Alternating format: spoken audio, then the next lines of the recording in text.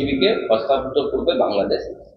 মমতা ব্যানার্জি বলছে লাগাতার তিনি প্রয়াস করে গেছেন, তিনি যোগাযোগ করেছেন। আচ্ছা, এটা বিদেশ মন্ত্রকের ব্যাপার, সবাই জানে এটা বিদেশ মন্ত্রকের ব্যাপার, কিন্তু দিদির চরিত্র কি?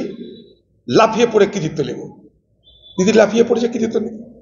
তা এতই যখন আপনি পারেন বাংলাদেশ সরকারকে বুঝিয়ে বাজিয়ে ঠিক রাখতে, তাহলে বাংলাদেশের গন্ডগোলটা থামাতে পারছেন না কেন? একবার তো অনুরোধও করেননি আপনি।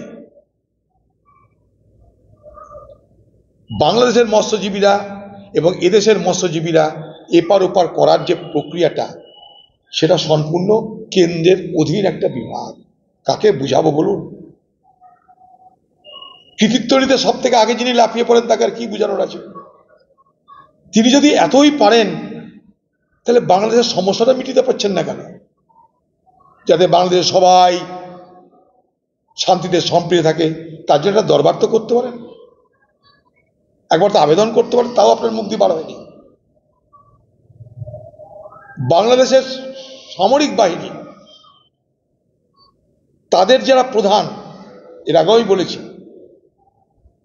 তারা মনে করছে ভারতবর্ষের সঙ্গে সম্পর্কটা জটিল করাটা ঠিক হবে না।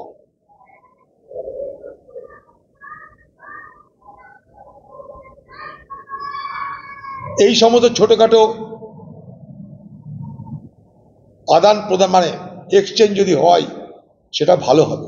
এইভাবে আমরা কংগ্রেস সরকার আমলে আমরা 3 বিঘা জমি বাংলাদেশকে দিয়ে বাংলাদেশের সঙ্গে আমাদের শান্তিপূর্ণ চুক্তি করেছিলাম। বাংলাদেশের সঙ্গে আমরা শান্তি স্থাপনের পক্ষে। বাংলাদেশে এ অশান্তি বন্ধ হোক, বাংলাদেশে প্রত্যেক ধর্মের মানুষের, প্রত্যেক সম্প্রদায়ের মানুষের সুরক্ষা নিশ্চিত করা হোক। তার জন্য পশ্চিমবঙ্গ সরকার, কেন্দ্রের সরকার আন্তর্জাতিক চাপ তৈরি করুক, আন্তর্জাতিক চাপ তৈরি করুক।